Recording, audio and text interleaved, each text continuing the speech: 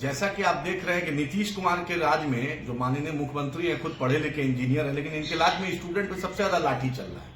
पता नहीं समझ में आ रहा है, कभी हेल्थ डिपार्टमेंट का पर्चा लीक, कभी आज बीपीएससी का न्यूज 18 में मैंने देखा पर्चा लीक। तो नीतीश जी, पर्चा लीक का फैक्ट्री अगर उत्तर प्रदेश के बाद बिहार और राजस्थान के बाद बिहार आ गया है क्या? आपके ऑफिसर क्या कर रहे हैं? आपके डीएम तो ऐसे बच्चे पर हाथ चढ़ा रहे हैं, लग रहा है कि लाल बहादुर शास्त्री एकेडमी में नहीं पढ़े हैं, जनरल डायर एकेडमी में पढ़े हैं। लोकतंत्र में किसी को हाथ उठाने का अधिकार नहीं। डीएम साहब पे कोई हाथ उठा देगा तो बहुत मिर्ची लगेगा।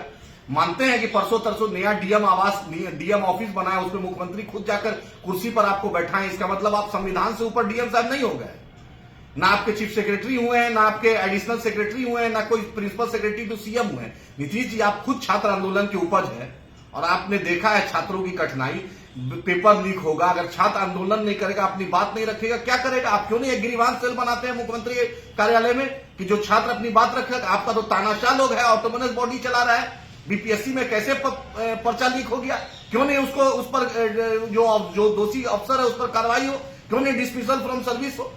तो नीतीश जी, आप पढ़े लिखे हैं, इसलिए आपसे अनुरोध कर रहे हैं, अपने पदाधिकारियों को बोलिए कि हाथ चलाना बंद करें, काम करना शुरू करें। नया बिल्डिंग बना है तो टैक्स पेयर का पैसा से बना है। डीएम साहब, आपके घर के पैसा से नहीं मिला, या आईएएस एसोसिएशन चंदा करके नहीं डीएम ऑफिस बनाया है। ऐसा हाथ चला रहे हैं। अरे लाल बहादुर शास्त्री एकेडमी का कुछ तो गरिमा रखिए, कुछ तो लगे कि आप लाल बहादुर शास्त्री एकेडमी में आप top of the intelligent mind of the country है। हाथ चला रहे हैं ऐसे बच्चों पर। अरे वही बच्चा कल कलेक्टर बन जाएगा, वही कल आप रिटायर कीजिएगा, वही चीफ सेक्रेटरी उस पर देश का रहेगा।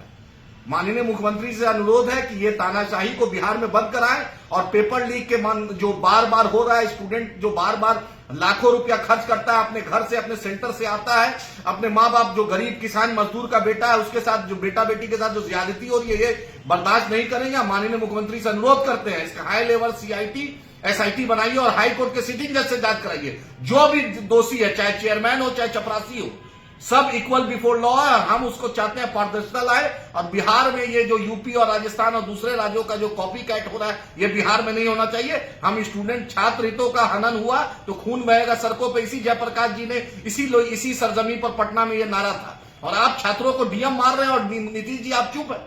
अरे नीतीश जी, आप उसको कुर्सी पर डीएम साहब को बैठा दिए। डीएम साहब तो अपने आप को गलतफहमी का शिकार हो गए।